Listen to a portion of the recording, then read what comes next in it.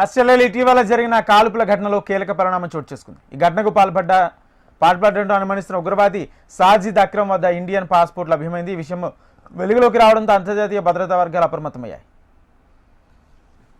హైదరాబాద్లోనే పాస్పోర్ట్ పొందిన సాజిద్ ప్రాథమిక దర్యాప్తులో హైదరాబాద్లో పాస్పోర్ట్ పొందినట్లు అధికార వర్గాలు గుర్తించినట్లు సమాచారం. అతడి పాస్పోర్ట్ వివరాలు భారత అధికారిక రికార్డులతో సరిపోలుతున్నాయా అనే అంశంపై ప్రస్తుతం లోతైన విచారణ కొనసాగుతుంది. సాజిద్ ఫిలిప్పీన్స్, పాకిస్తాన్ ప్రయాణాలపై అనుమానాలు వ్యక్తమవుతున్నాయి. నిఘా వర్గాల సమాచారం ప్రకారం సాజిద్ హైదరాబాద్ నుంచి ఫిలిప్పీన్స్కు, అక్కడి నుంచి పాకిస్తాన్కు ప్రయాణించినట్లు అనుమానిస్తున్నారు. ఈ ప్రయాణాల వెనుక ఉగ్ర నెట్వర్క్లు ఉన్నాయా, అతడికి అంతర్జాతీయ ఉగ్రవాద సంస్థలతో సంబంధాలు ఉన్నాయా అనే కోణంలో భారత నిఘా వర్గాలు విచారిస్తున్నాయి. ఈ ఘటన నేపథ్యంలో ఆస్ట్రేలియా భద్రతా సంస్థలు భారత నిఘా ఏజెన్సీలతో సంప్రదింపులు ప్రారంభించాయి.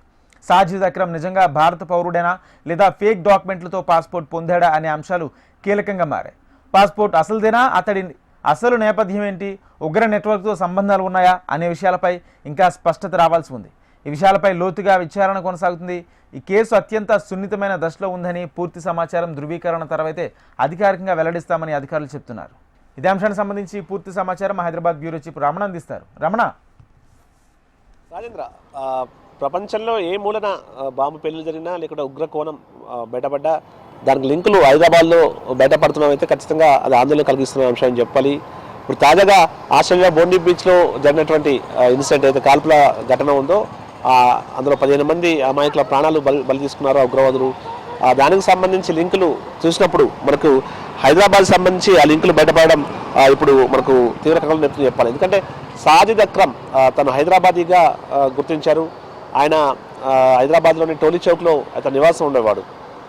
అయితే ముందు పాస్పోర్టుకు సంబంధించి కొన్ని వివరాలు సేకరించినప్పుడు హైదరాబాద్ నుంచి పాస్పోర్ట్ తీసుకున్నట్టుగా ముందు వివరాలు బయటపడంతో హైదరాబాద్ నుంచి అతను వెళ్ళి ఈ మొత్తం దారుణం ఒడిగట్టినట్టుగా కూడా ఫస్ట్ అనుమానాలు వ్యక్తమయ్యాయి.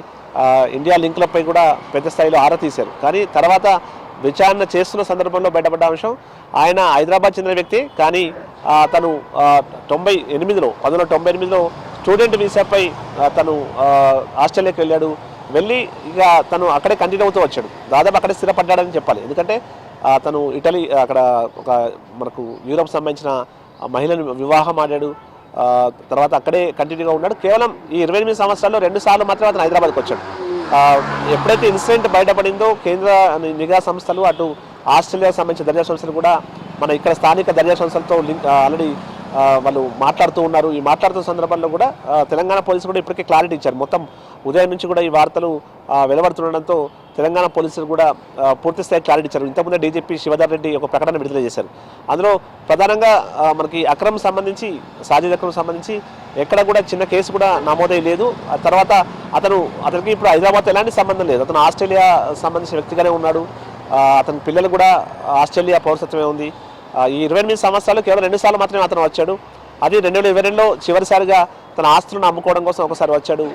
తన తండ్రి 2010లో చనిపోయినప్పుడు కూడా అతను హైదరాబాద్కు రాలేదు. అయితే అతని బ్యాక్ హిస్టరీ చూసినప్పుడు మాత్రం అతనికి సంబంధించిన గత చరిత్రలో ఎక్కడ కూడా నేరకోణం అయితే లేదు. తర్వాత బంధువులు కానీ మిగతా వారు చెప్తున్న దాని ప్రకారం కూడా అతను రాడికల్ సంబంధించి ఎట్లాంటి విప్లవాలకు సంబంధించినవి కానీ మిగతా ఉగ్రకోణాలకు సంబంధించిన అటువంటి ఆలోచన ధోరణి కూడా లేదంటూ అంతా మిగతా బంధువులతో చెప్తున్న పరిస్థితి. ఏదేమైనా ప్రస్తుతం దర్యాప్తు ఇంకా ముమ్మరం చేశారు. తెలంగాణ పోలీసులు చెప్తున్నారు ఎలాంటి సహకారం అవసరం వచ్చినా మేము పూర్తి స్థాయి సహాయాన్ని అందిస్తాం.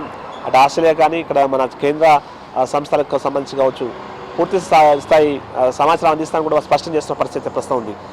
అయితే ఇక్కడ ఈ కేసుకు సంబంధించి మాట ఎందుకంటే ఈ ఎవరితోని ఉగ్ర లింకులు ఉన్నాయి తనకు సంబంధించి అంటే ఎందుకంటే ఎప్పుడు మాడి తను పాకిస్తాన్కి ఎక్కువ వెళ్ళి వచ్చినట్టుగా అతని ట్రావెల్ హిస్టరీ బట్టి చూస్తే అర్థమవుతుంది.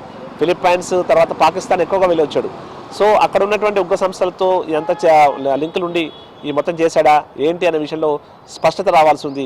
దర్యాప్తు చాలా స్పీడ్గా అటు ఆస్ట్రేలియా సంబంధించిన దర్యాప్తు సంస్థ కూడా చేస్తూ ఉన్నాయి. ఇక ఇండియా కూడా లింకులు ఉన్నాయి కాబట్టి ఇప్పటికే ఇండియా మన కేంద్ర నిఘా సంస్థలు కూడా దీనిపై పూర్తిగా ఆరా తీస్తున్నారు. ఎందుకంటే గతంలో ఈ మధ్యకాలంలో ఎప్పుడైనా ఆయన హైదరాబాద్ కానీ లేదంటే ఇండియాలోని వేరే ప్రాంతాలకు వచ్చాడా ఇలాంటి వివరాలు రాబట్టే ప్రయత్నం చేస్తాడు. తర్వాత హైదరాబాద్లో ఉన్న వ్యక్తులతో అతను మాట్లాడుతున్నాడా ఇక్కడ అతనికి ఏమైనా టీం ఉందా, ఇలాంటి వివరాలు రాబట్టే ప్రయత్నం అయితే ప్రస్తుతం నిఘా సంస్థలు చేస్తూ ఉన్నాయి. పోలీసులు అయితే చాలా స్పష్టంగా, తెలంగాణ పోలీసులు అయితే చాలా స్పష్టంగా చెప్తున్నారు. అసలు ప్రస్తుతం తనకైతే సాజిద్ అక్రమ్కైతే హైదరాబాద్తో ఎలాంటి సంబంధం లేదు. అతను పూర్తిగా ఆస్ట్రేలియా పౌరుడిగానే ఉన్నాడు. అతని కుటుంబ సభ్యులు కూడా ఆస్ట్రేలియాలో ఉంటారు. అసలు ఎవరు కూడా ఇప్పటివరకు హైదరాబాద్కు రాలేదు. కేవలం సాజిద్ మాత్రం 2 సార్లు మాత్రమే ఇది వెళ్ళినప్పటి నుంచి, అంటే 1998 నుండి కేవలం 2 సార్లు మాత్రం హైదరాబాద్కి వచ్చాడు. అప్పటి నుంచి కూడా ఇక్కడ బంధువులతో కూడా పెద్దగా టచ్లో లేడు. తండ్రి చనిపోతే కూడా రాలేదనే విషయాన్ని పోలీసులు చెప్తున్న పరిస్థితి మనం చూస్తున్నాం. ప్రస్తుతం అయితే ఈ కేసు ప్రపంచవ్యాప్తంగా కూడా సంచలనంగా మారింది. ఎందుకంటే యూరప్ కంట్రీస్లో ఈ మధ్య కాలంలో టెర్రరిస్ట్ అటాక్ అనేది చాలా పెద్ద అటాక్ చూడాలి. ఎందుకంటే 15 మంది అమాయక ప్రాణాలను పుట్టన పెట్టుకున్న పరిస్థితి ఉంది. ముఖ్యంగా యూదులను టార్గెట్ చేసుకుని ఈ దాడులు జరిగాయి కాబట్టి దీనికి సంబంధించి అన్ని కోణాల్లో ఏ ఉగ్రవాద సంస్థ ఈ దాడులను ఒడిగట్టిందనే విచారణ కొనసాగుతున్న క్రమంలోనే మెయిన్ నిందితున్నటువంటి సాజిద్ సంబంధించి ఆ సాజిద్కు హైదరాబాద్లో లింకులు ఉండడం అనేది కొంత చర్చనీయాంశంగా మారింది. హైదరాబాద్ బేస్గా చేసుకుని ఏమైనా కార్యకలాపాలు కొనసాగాయి అనేటువంటి అనుమానాలు బలపడ్డ నేపథ్యంలోనే ఈ చర్చ అంతా సాగింది. అయితే తెలంగాణ పోలీసులు అయితే క్లారిటీ ఇచ్చారు. కానీ దర్యాప్తు సంస్థలు మాత్రం అన్ని స్థాయిల్లో తమ నిఘానైతే కొనసాగిస్తున్నాయి, తమ విచారణనైతే కొనసాగిస్తున్నాయి, పూర్తి స్థాయి వివరాలు రాబట్టే ప్రయత్నం చేస్తున్నాయి. ఏదేమైనా ప్రస్తుతం ఈ కేసుకు సంబంధించి హైదరాబాద్కు మాత్రం ఎలాంటి సంబంధం లేదని మాత్రం తెలంగాణ పోలీసులు స్పష్టం చేస్తున్నారు. రాజేంద్ర.